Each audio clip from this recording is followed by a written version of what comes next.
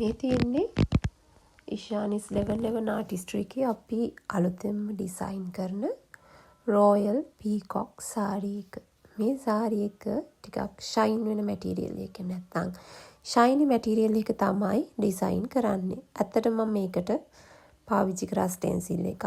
ඒ වගේම තමයි මට මේකේ පර්ෆෙක්ට්ම ලුක් එකක් ගන්න ඕනි වෙච්ච නිසා මම බ්‍රෂ් එකත් පාවිච්චි කරා. ඉතින් ඒ කියන්නේ චුට්ටක් අර බ්‍රයිට්නස් එක වැඩි කරන්න මට ඕනි වුණා. මම ගෝල්ඩන් ෂේඩ් එක ගාලා ඊට පස්සේ මේ සාරි එකට මැච් වෙන විදිහට ඔයාලට පේනවනේ සාරි එකේ මැටීරියල් එකේ කලර් එක. අන්නේ කලර් එකට යන පොඩි මෙටලික් කලර් එකක් තමයි මේ ඇප්ලයි කරන්නේ. මේක අර වටේට ඇප්ලයි කරාම මේකේ තියෙන හොඳ ලස්සන රොයල් ලුක් එකක්. මේ සාරි එකේ පේන්ටිං එක අන්තිමටම ඔයාලට මම පෙන්නනකොට ඔයාලටත් ඒක තේරෙයි චුට්ටක් බැලුවත්. මේ විදිහට තමයි අපේ අලුත්ම සාරි එක ඩිසයින් වෙන්නේ.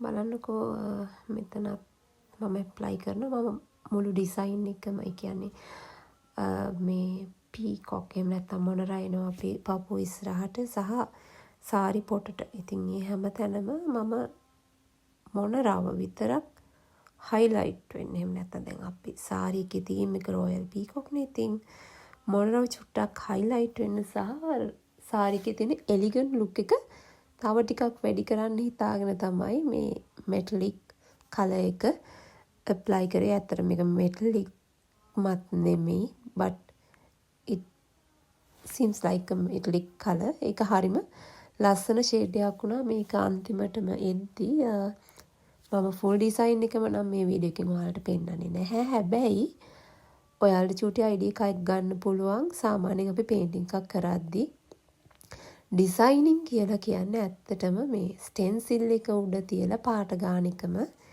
නෙමෙයි. ඉතින් අපි අර මමත් ඇත්තටම පොඩි කෙනෙක්. මමත් අලුතෙන්මයි මේක පටන් ගත්තේ. හැබැයි ඉතින් ටික කාලයක් යනවා බිස්නස් එකක් විදිහට මේක කරගෙන. මම මේක ඇත්තටම බිස්නස් එකකටත් වැඩිය මගේ සෙල්ෆ් සැටිස්ෆැක්ෂන් එක එහෙම නැත්නම් ආත්ම තෘප්තිය පිණිස තමයි කරන්නේ. මොකද ඇත්තටම වෘත්තියෙන් ටීචර් කෙනෙක්. එතකොට කාලේ ගොඩාක් සීමිතයි අපිට තියෙන. ඉතින් මම මේක ඇත්තටම අහම්බෙන් පටන් ගත්ත දෙයක්. ඉතින් මේක කලාවක් ඇත්තටම අපිට ඉගෙන ගන්න කියලා දෙන්න දේවල් තියෙනවා. ඒ වගේම තමයි මේක අර දැන් අපි තව කෙනෙක්ට විකුණනවටත් වඩා සමහරලාට අපේම සැටිස්ෆැක්ෂන් එකට එහෙම නැත්නම් ඔයා කැමති විදිහේ සාරියක් ඔයාට ඩිසයින් කරගන්න.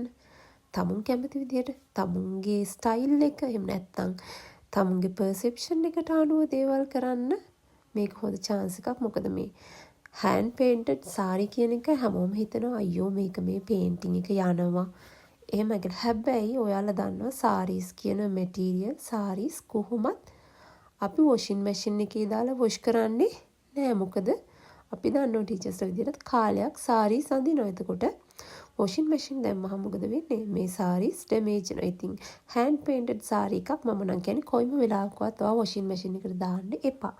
දාන්න තියා හිතන්නවත් එපා. බලන්න දැන් අපේ මොනරා ටික පාට වීගෙන යනවා. ඔයාලට චූටි ලුක් එකක් මම ක්ලිප් එක අන්තිමටම වගේ දාන්නම්. ෆුල් ඩිසයින් එක නම් මම තාම ඉවර නැහැ.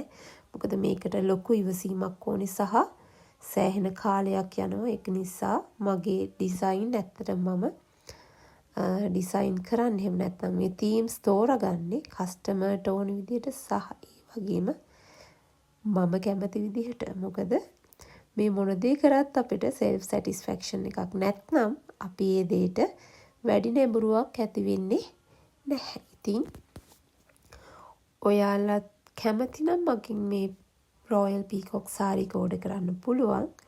එහෙම නැත්නම් ඔයාලා ඩිසයිනර් කෙනෙක් නම් බලන්න මේ ඩිසයින් කරන විදිහ ඔයාලටත් මේ වගේම ලස්සන ඩිසයින් අත්හදා බලන්න පුළුවන්. ඉතින් ගොඩක් ස්තුතියි වීඩියෝ එකත් එක්ක එකතු වෙලා හිටියට.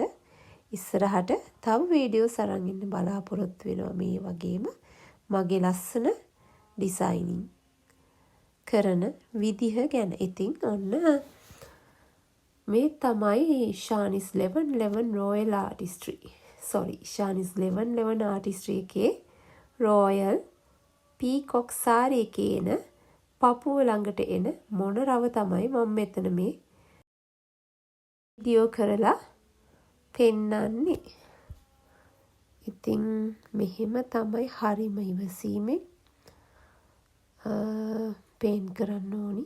ඒ වගේම තමයි අර මට පොඩි දෙයක් තියෙනවා අනිත් අය බලන් ඉඳිද්දි මුකුත් කරන්න බෑ. ඔයාලට සමහරට මේ ප්‍රශ්නේ ඇති. ඇත්තටම ගෙදරයි මගෙන් බැනුනුත් අහනවා මේ වෙලාවට. ඉතින් මේ තියෙන්නේ අපේ රෝයල් පීකොක්ගේ රෝයල් ලුක් එක. බලන්න කොහොමද කියලා. ඉතින් ඔයාලටත් පුළුවන් try කරන්න. නැත්තම් මගෙන් ඕඩර් කරන්න.